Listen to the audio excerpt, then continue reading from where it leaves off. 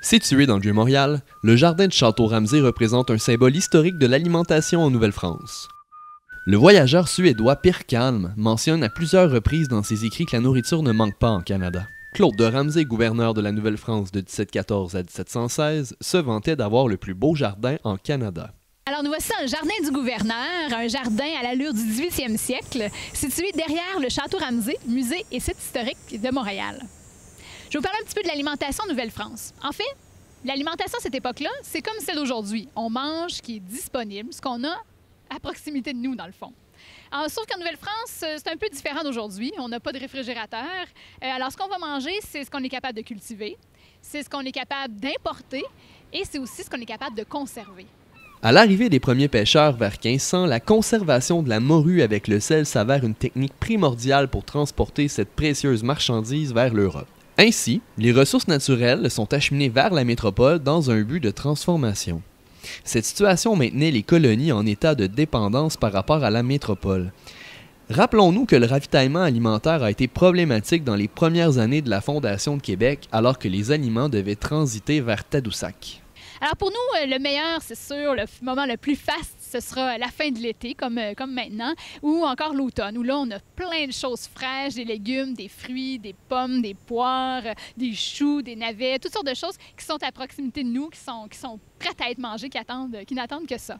On va avoir aussi les importations. Les bateaux arrivent pendant l'été ici en Nouvelle-France. Donc, M. de Ramsay, par exemple, il aime ça recevoir. Il a dans ses caves des bons vins, il a des huiles d'olive, il a des citrons confits, il a du café, il a du chocolat, toutes sortes de choses pour ravir ses invités.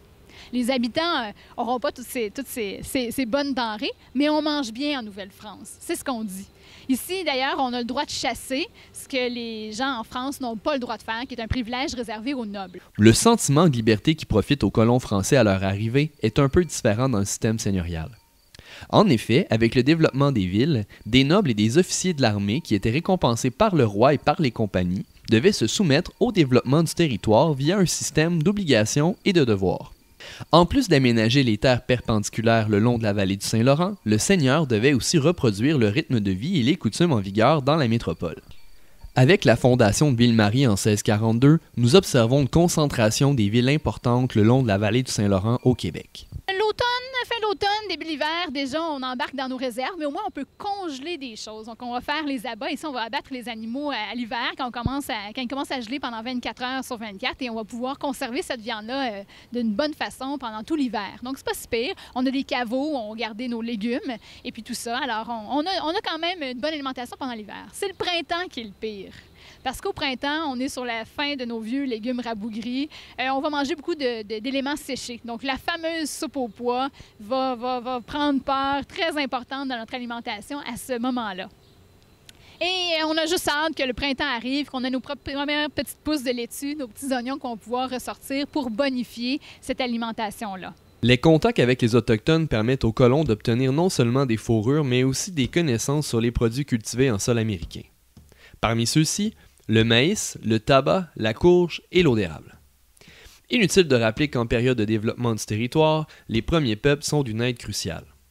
Peu importe la saison, par contre, il y a une chose qui revient à chaque repas en Nouvelle-France, c'est le pain. Le pain est vraiment la base de notre alimentation, donc ça, vous allez toujours en avoir. Donc, si vous aimeriez, par exemple, faire un repas Nouvelle-France à la maison, une bonne tranche de pain, une bonne soupe aux pois, ou sinon un bon bouilli que vous allez pouvoir faire pendant l'hiver ou à la fin de l'été. Et voilà, vous avez la Nouvelle-France dans votre assiette. L'installation des colons dans la colonie est un processus relativement long qui prenait plus d'une génération. En plus de faire face aux attaques iroquoises, à la rigueur du climat et aux maladies dévastatrices, les colons passaient majoritairement leur temps à défricher les terres. Marie Rollet, femme de Louis Hébert, premier colon de la Nouvelle-France, sera la première femme à lutter contre tous ces obstacles, et ce même à la mort de son mari.